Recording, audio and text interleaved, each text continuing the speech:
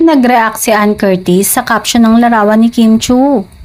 Sa bagong post ni Kim ay may caption siyang nilagay.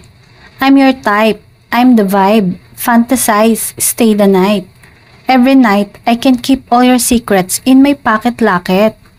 Hindi napigilan ni Ann na magbigay ng reaction sa comment section ni Kim na tila nakakawindang. Ang taray naman ng caption na yan, reaction niya. Lyrics yan Ate Ann, tuwirang sagot ng aktres. Say ng mga netizen, beautiful inside and out, so talented, kind and gracious, the total package.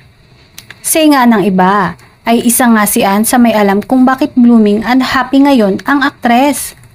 Sa isang interview, binuking ni Ann sa sobrang saya ni Kim Chu right now. Nabiti ng mga manonood at fans ni Kim sa sinabi ni Ann.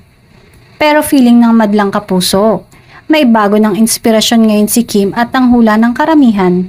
Yan ay walang iba kundi ang kanyang leading man sa linlang at What's Wrong with Secretary Kim na si Paula Avellino.